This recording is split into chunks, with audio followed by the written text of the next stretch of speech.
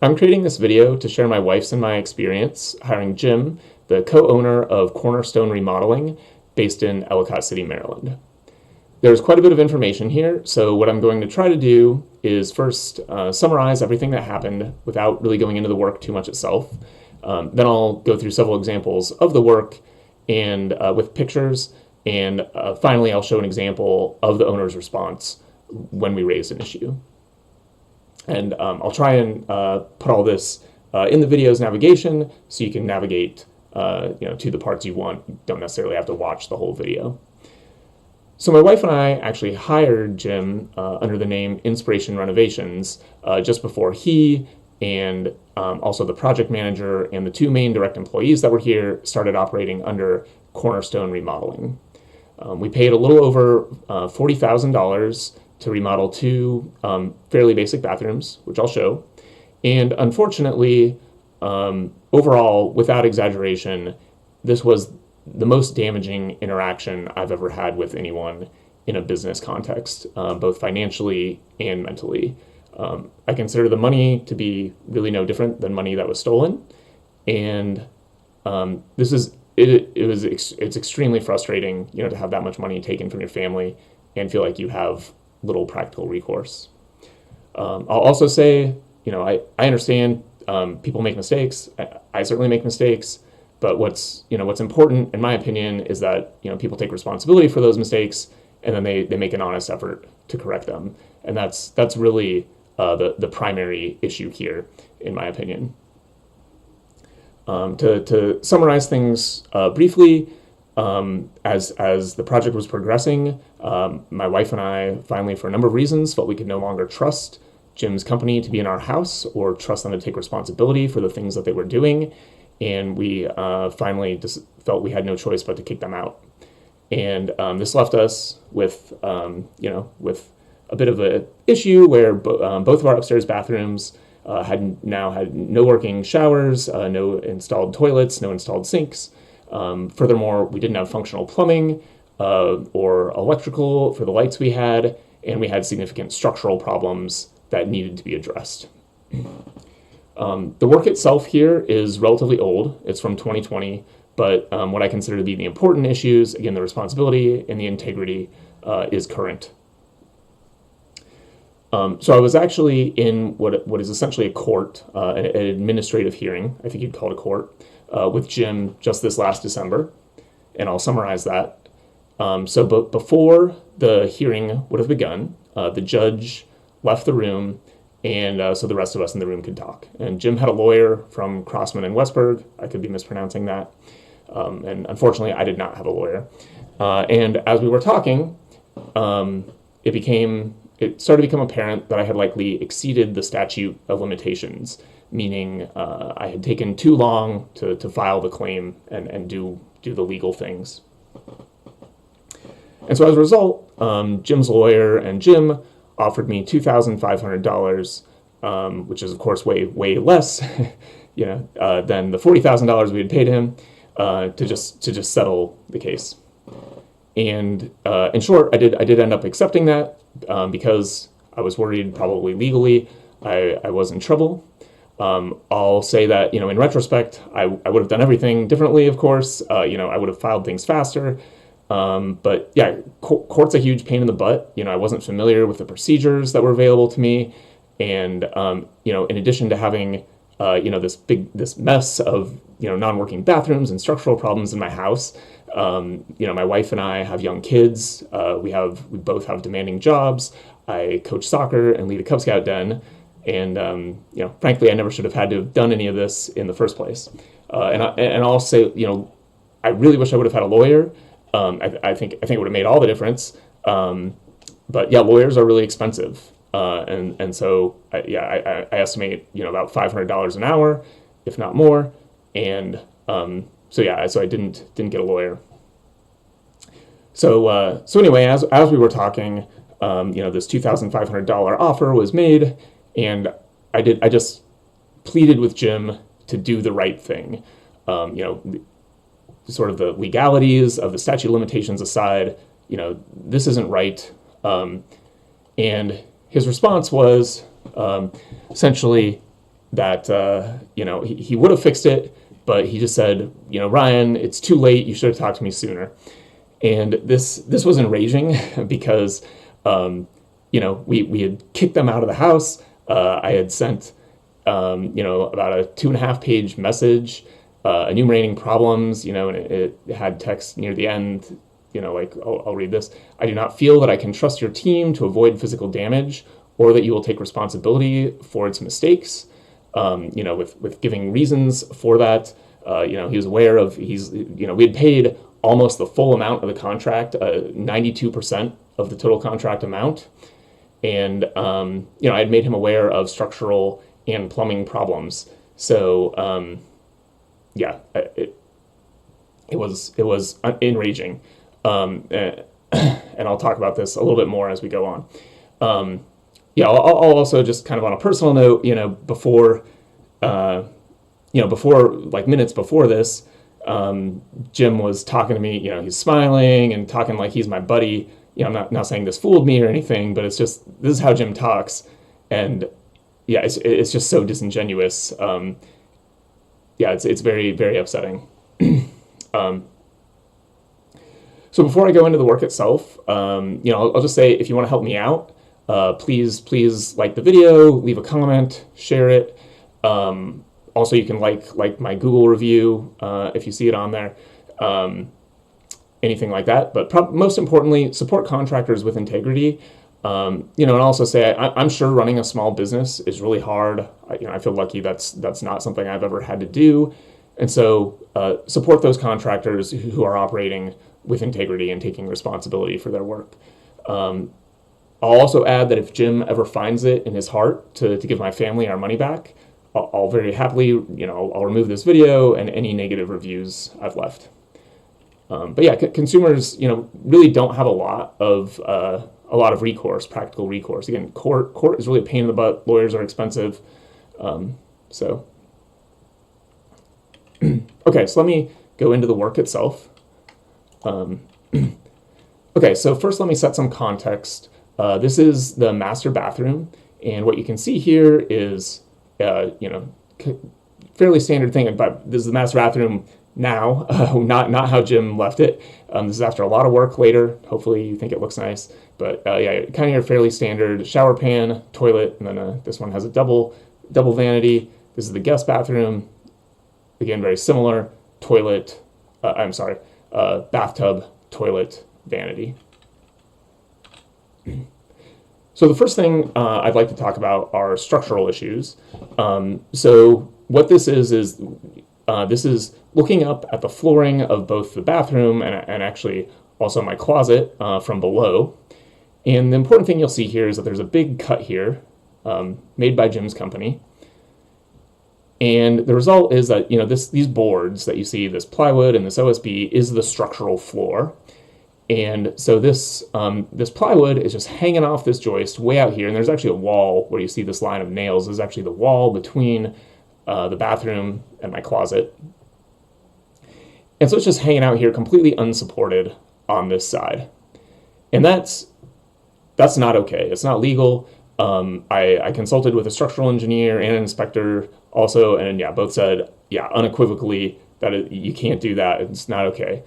This floor needs to be supported somehow on this side.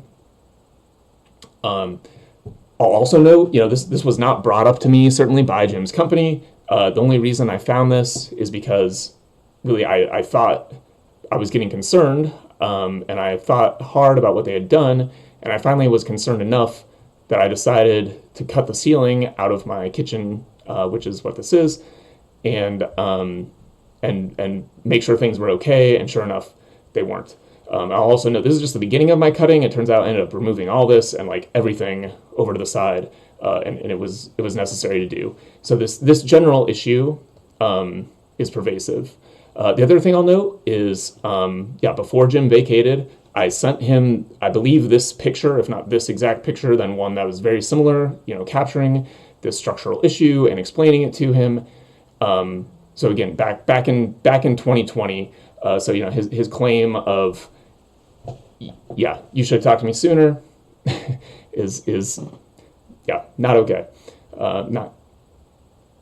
But yeah, I'll just say this issue is pervasive. I'll just kind of quickly, the way the floorboards were laid. Here's another example. You can see seam. The seam is not on the joist. And in general, it just seemed like they just kind of laid the floorboards so that they fit roughly without trying to get things on the joists. And again, this is not okay structurally. This floor needs to be, the ends need to be on joists. Another example, seam. Here they put a block in, but it's not actually attached to this joist, so it's not doing what it should. And there's a heavy cast iron tub here. We want that to be supported well by the floor. I mean, of course, everybody wants their house to be structurally supported. So again, this was very pervasive. I won't go into too many pictures. Another example of something they did is in numerous locations when they were laying new flooring, they put the new flooring in such that sometimes the pieces were a little bit big, and so they would overlap with the adjacent flooring by just a hair and sit on top of the adjacent flooring instead of sitting down flush. And this isn't totally obvious from in the bathroom. Also, like the other structural issues I mentioned, they're not totally obvious when you're looking down at them from above. But yeah, the result of this is the floor ends up slanted, but it's not like blaringly obvious. And I did actually bring the symptom of this up with the project manager. I said, hey, the floor over here looks really slanted, and I got an angry response and no action. But yeah, here's one example of this that I had to cut open either the ceiling or the soffit below to see. Here's another example, old floor, new floor sitting on top of it. This is under the shower pan. Here's another example, new floor, old floor. Here there's this little piece that someone kind of started to cut out, but they didn't cut out completely, and it's still strong enough that it's holding this up, at least temporarily. It might fall over time, which I don't know if you want that or not anyway. So there were those. This is something I observed. Also earlier on, I lifted this board up. This is kind of before they had attached it, just to see what was going on under here, because I was worried mostly about the floor being supported by the pipe, which indeed it was. So you can see this board here, and it's actually sitting on top of this pipe. And so when this floorboard was down, the floorboard was really being supported by the pipe, which is, of course, not okay.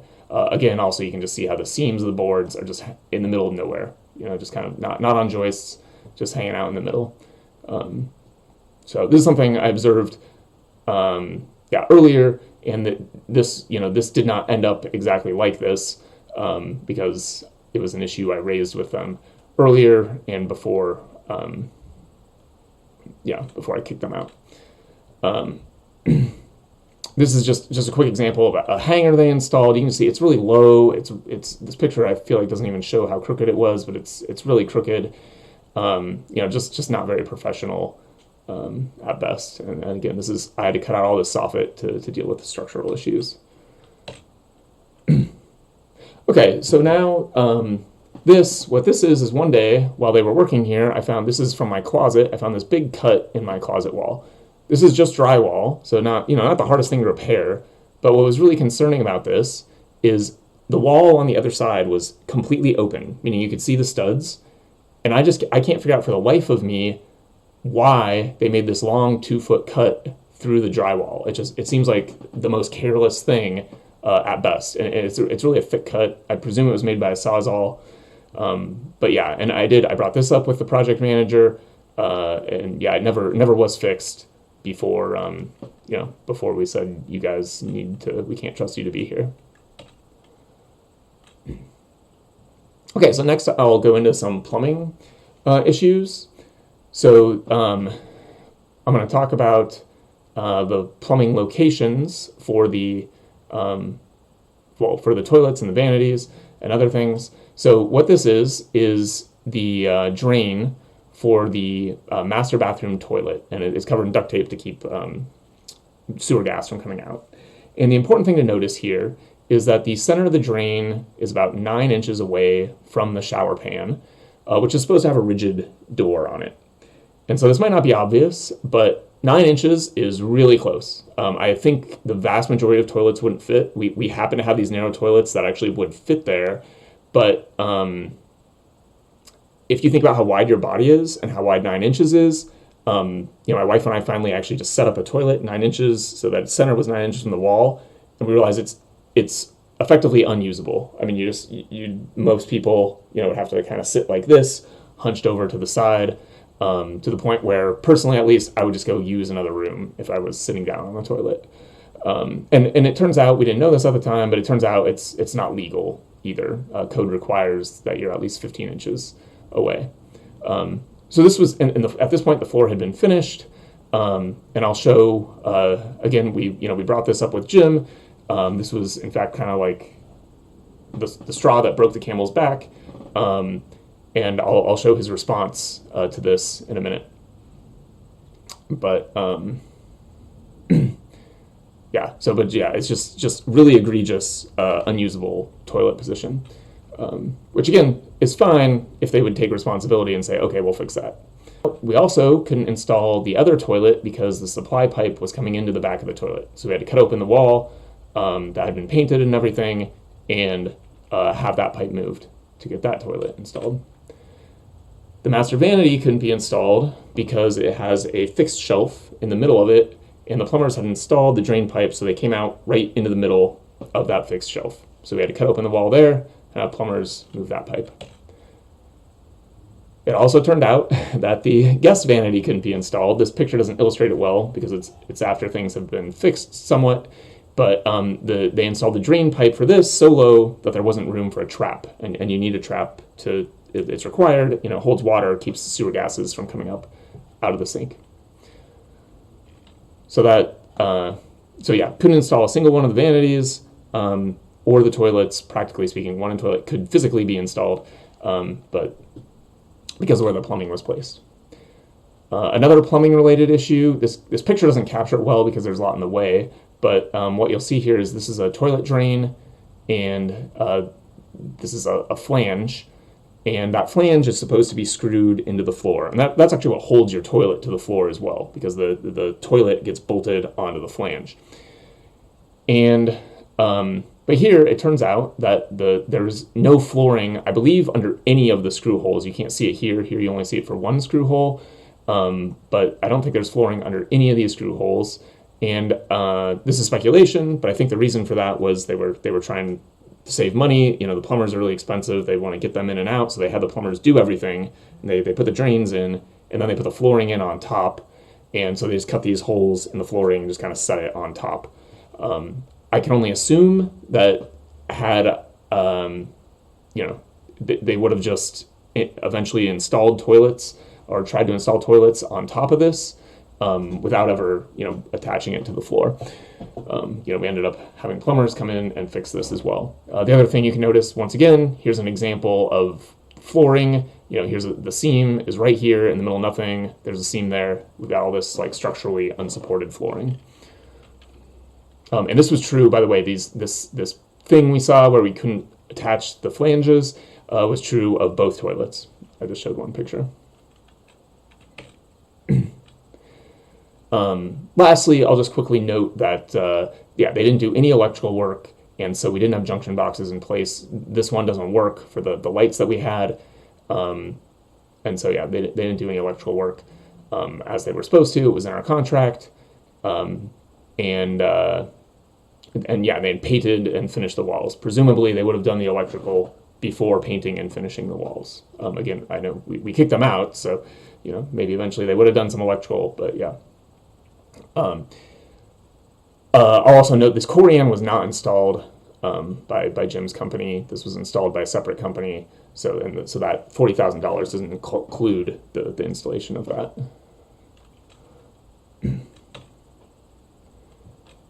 This illustrates how the shower pan was way out of level. This created several problems. One is the shower door. It left this huge gap at the bottom, so I had to put this hack in when I ordered a special piece of Corian that I kind of stuck in there and sealed this. And I also had to do this hack to keep the shower door from just continually rolling open because the shower pan is so far off from level. So that was unfortunate. This is just an example of how level the floor was after they left. This is because of those overlapping boards. Here's a zoom in on that bubble, but yeah, it's just way, way off. Okay, so the last thing I wanted to do was talk about, just give an example of Jim's response here. So this is after my wife and I contacted Jim. I believe she gave him a call and said, hey, we're looking at that toilet drain, and having it centered 9 inches from the shower pan it's just not going to work. It's sorry, but we can't. It's not a functional toilet. And so here's his response. Ryan, yes, this is quite the situation. You have been meticulous throughout this process, and with or without being asked. You have evaluated every step of our construction. You have checked and rechecked every tolerance, installation, and design component of this project, either making alterations to the bathrooms after we left for the day, or requesting an alteration be made by us to accommodate your vision or desire for a building concern. So yeah, you can interpret that the way you want. I mean, I see it as, essentially he's saying, you should have caught this. You've been a pain to us since we've been here, and so it's your fault for not catching this. That's my interpretation. Then he says this was brought to my attention via co-construct. So I'll show that on the next image, what that message was. And he says he remembers having conversations. I don't remember any of those. I do forget some things. I mean, I'm pretty meticulous, but if there was a conversation, I'm sure it wasn't like, hey, are you okay with this toilet being so close you can't even use it? So maybe someone tried to slip something by me as I was running out to work in the morning, trying to get my daughter to daycare, which is, usually when I saw them.